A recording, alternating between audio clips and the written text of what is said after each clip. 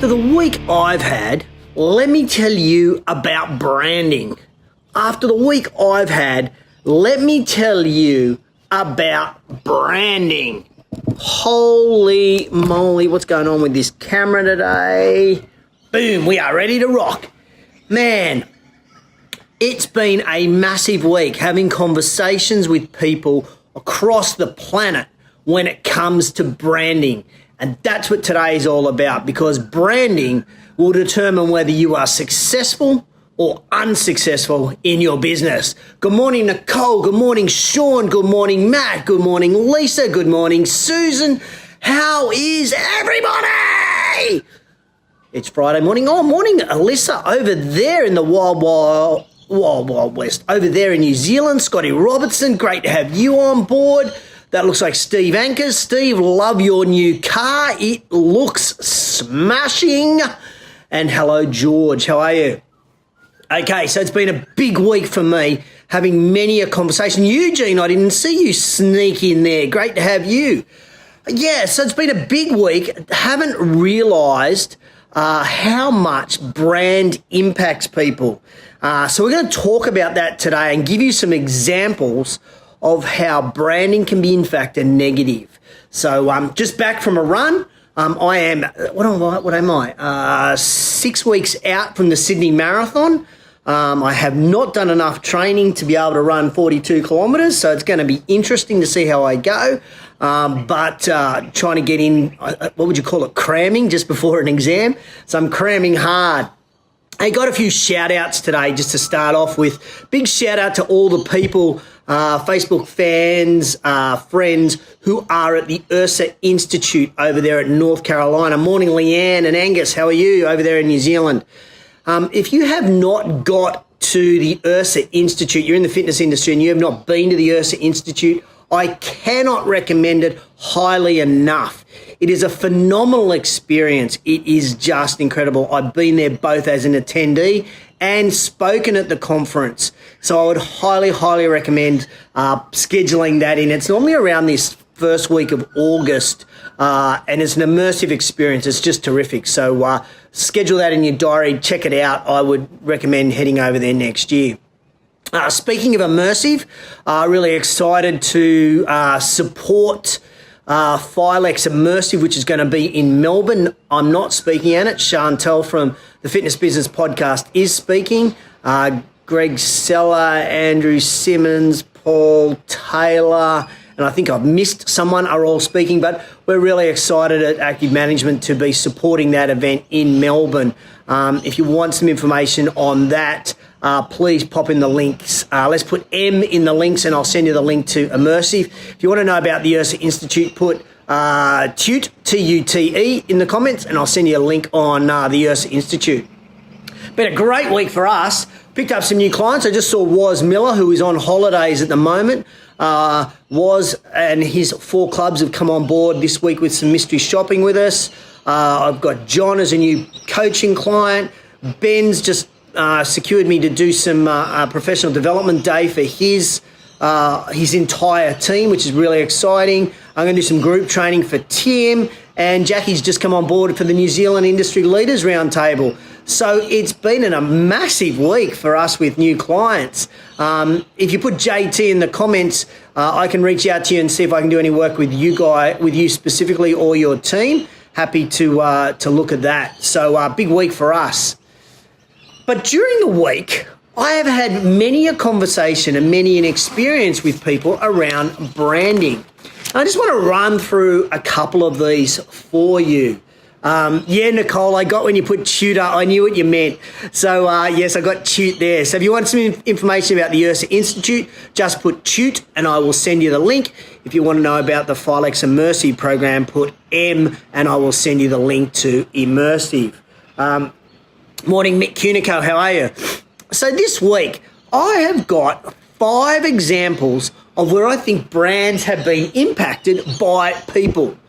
I spoke with the general manager this week, and that general manager said to me, he said, I don't generally reply to emails that come back to XYZ email address. If people want to get in contact with me, then they can just email me at gm@ And I kind of went, oh, yeah, that makes sense. I get how busy you are. And then I thought about it and I went, well, if I got a newsletter and I just hit reply, wouldn't I want to hear from that person? Yes, of course I would. So does that impact the brand? Absolutely, it impacts the brand. Absolutely. Then I spoke with another business owner who told me he just didn't have time to reply to the comments that people make on Facebook. Good morning, Katie. Good morning, Chantel, up there in Gwingana, beautiful Gwingana. I just talked about you, Chantel, a few minutes ago. So he said, I just don't have time to reply to all the messages that I get on Facebook. Well, the key to Facebook is engagement with your customers. So when you don't reply to those Facebook messages, what message is that saying about your brand? Just saying. Then I was in a gym this week working out, and there was a personal trainer who took it upon himself not to wear the uniform. He was training clients in his own little uniform. Yes, the uniform, what he was wearing was similar to the uniform, but it was not the uniform. What message does that send about the brand? Then I was watching a video this week of a personal training business coach, and the business coach was doing a workout, and I looked at him and I thought, your shirt, your pants, they all look 3 sizes too big for you, and you look daggy. You just don't look professional, so why would I hire you? That's the brand image that people are seeing. And remember, with video, most people don't watch video, don't listen to video, they watch it. So what they see will determine whether they're going to keep watching or not. Morning, Troy. I'll call you back today, mate, if you've got time. And finally, I had a great conversation with a partner, and he was saying that he has a small shareholder in his business who clocks off work at 4 o'clock. He said, I don't want to reply to emails. I don't want to take phone calls from 4 o'clock onwards. What does that say about the brand? You see, the definition of brand is this. It's an identifying mark burned on livestock. It's an identifying mark burned on livestock. However, in business, it's what people know you as. It's the identifying mark that what people know you as.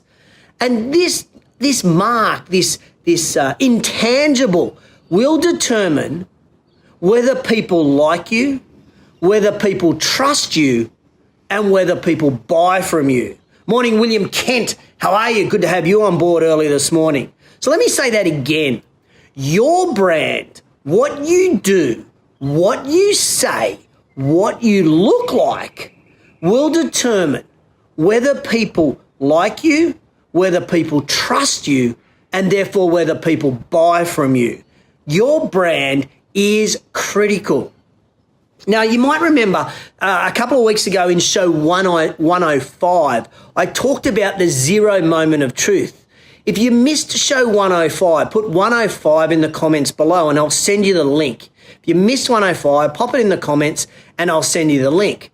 But here's what I get with a 0 moment of truth. Morning, Andrew, down there in Melbourne. Great to have you on board as well this morning. So the 0 moment of truth is where people research your product, research your brand, research your company. And what they find and what they see will determine whether they want to buy from you. It'll determine whether they like you or whether they want to explore trusting you. Your brand is critical. Your brand is critical because it will determine 9 times out of 10 the 0 moment of truth, whether they're going to explore more relationships with you, buying from you, or whether they are not. So everything we do impacts how people see us and determine whether they want to work with us, buy from us, be part of our family or our tribe. So let me give you a couple of examples that understand this really well. In a 5-star restaurant, people understand that own a 5-star restaurant, that the people that come to a five-star restaurant are of a certain ilk, if you like. So you rarely see a tattoo-clad, short-sleeved, 3-day growth, nose-pierced individual working in a five-star restaurant. They have their requirements because it is part of the brand. Now, underneath that uniform could be a tattoo-clad individual, but when you work for that brand, you look like that brand wants you to look like. And if you don't want to look like that, then you don't work for that brand. Let's think about five-star hotels or top-level hotels. You don't ever see someone catching the train in their Hilton uniform. You don't ever see someone on the bus wearing their Ritz-Carlton uniform. In fact, you rarely even see somebody walking down the street in their hotel uniform. Why is that? Because the hotels understand that they can't determine the behaviours of their staff when they're out on the street. So what they simply say is, don't wear our brand. That makes perfect sense. In fact, here in Australia, there is a chain of hardware stores, and you are not allowed to wear their red shirts unless you are rostered on. You are not allowed to wear your red shirt into McDonald's. You are not allowed, in fact, I believe you can be instantly dismissed if you are caught smoking in that red shirt. If you are caught drinking alcohol in that red shirt, you can be instantly dismissed. Now, these are outlined when you first start working for them because they believe it is a key component of the brand, that the brand needs to be seen in a positive light by the community.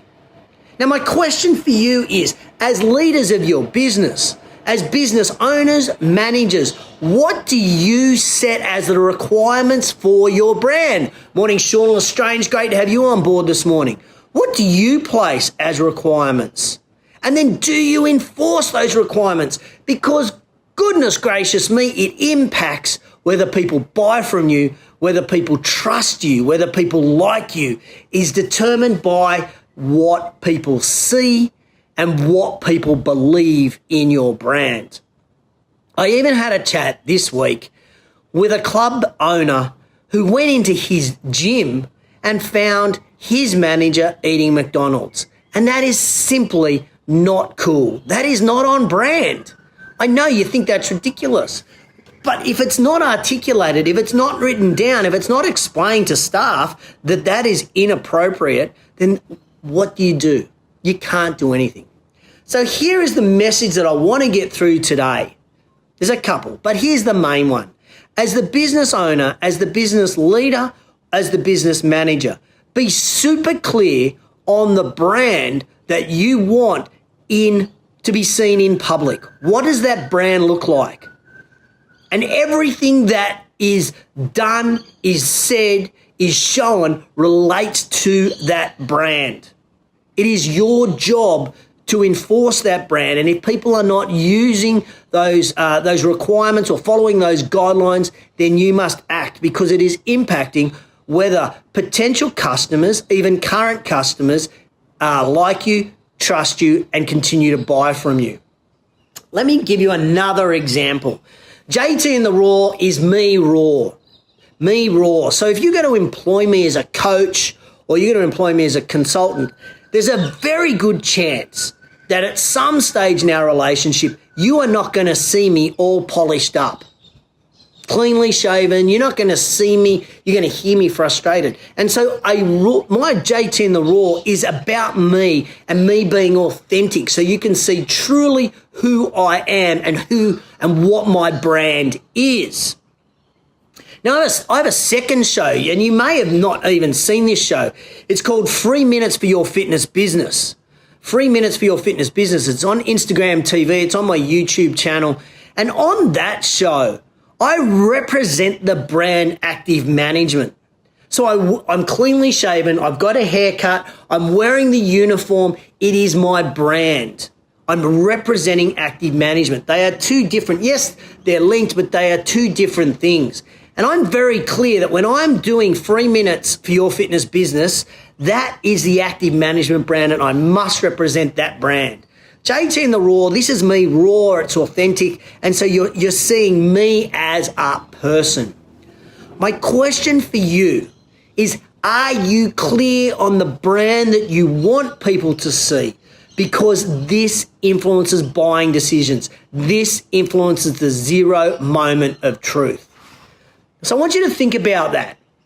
And I want you to commit. I want you to commit to what does your brand look like? What do you want to be known for? And then what are the behaviors of you and your staff that will represent that brand? Will you do that for me? Give me a love heart. If you'll go away and you're going to do a little audit on your own business and your own brand to determine whether you are meeting what your brand stands for, what your brand stands for. Will you give me a love heart right now?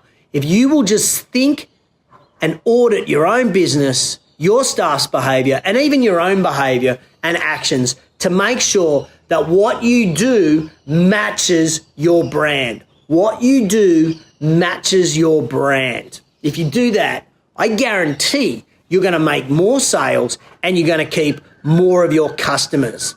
Thanks, guys, for sharing those love hearts. I really appreciate it. Love it.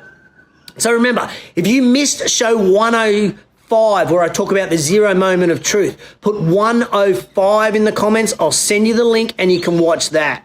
If you think anybody watching today may get value out of understanding what brand is, and the brand goes way beyond what we do when we're clocked on, then please share that. Share this show with anybody by connecting with them in the comments below. Alyssa says, what you wear at work is very important. Also, in my office, we often have customers coming in. Yes, exactly, Alyssa. Thank you for sharing that. Check out her comment in the comments below. So I've got a big week coming up for me. It's a huge week. We've got Coffee with JT on this afternoon. I am fully booked in Sydney, so that's really exciting. I have 4 places and they are fully booked, so people have got 45 minutes with me. I think I've got one lady who's bringing, I think Fiona's got 3 or 4 of her staff coming, so we've got a 45-minute staff training session, which is super exciting. I've got 1 spot left next Thursday in Melbourne. So if you're in Melbourne and you want to catch up, Andrew, you're in Melbourne. If you're in Melbourne and you want to catch up for Coffee with JT next Thursday morning, just put coffee in the comments below and I'll send you the link to catch up with me for coffee next week. Because I am actually in Melbourne next Tuesday night. Tuesday during the day, got a full day of coaching with clients. Wednesday, executive development with some clients. And Friday, PT, New South Wales PT Industry Leaders Roundtable. So I'm going to be coming to you live next week from Gregory Hills and Sean O's brand new PT studio. So I'll show you around there. That should be exciting. Pete Crawford down there in Melbourne. I'll see you next week in Melbourne, maybe. And of course, today, in about 2 hours' time, I've got Q&A for all Active Management members. I've got a few questions there to answer for Active Management members. So if you're not an Active Management member, put member in the comments below and you can get started, become a member for as low as $49 for the year, and you get to jump in on the Q&As. So today's show, I guess, is it's kind of a little weird one, but I think it's really important. What I understand about acquiring customers and keeping customers is this. They need to continue to like you and they need to continue to trust you. And your brand will determine whether people like you and trust you and therefore continue to buy from you. And what you do, what you look like, how you behave will all impact your brand and the perception of your brand. Get that right and you will continue to grow your business. Get it wrong and you're going to lose customers. So, quote of the week. Here it is. Quote of the week, ladies and gentlemen. I know you love this part. So many people wait to the end of this show just to hear quote of the week. Don't work for your brand, live your brand, and results will come. Don't work for your brand, live your brand, and results will come. Hey, thanks for tuning in to JTInTheRaw, show 107. It's great having you here every week. I'm so grateful for everybody coming on. Please, if you think anybody can benefit from the show, then just tag them in the comments below. I really appreciate it when you share the show, whether you share the whole show or just tag people. I'm very grateful for that. But I hope you took something out of today. I hope you really work on your brand, do a little work on your audit in your business, and grow your brand. So to finish off again, quote of the week, Matty Fletcher likes it, Eugene likes it, they've given me some love hearts. Don't work for your brand, live your brand, and results will come. Have an awesome week, and I will catch you on the flip side.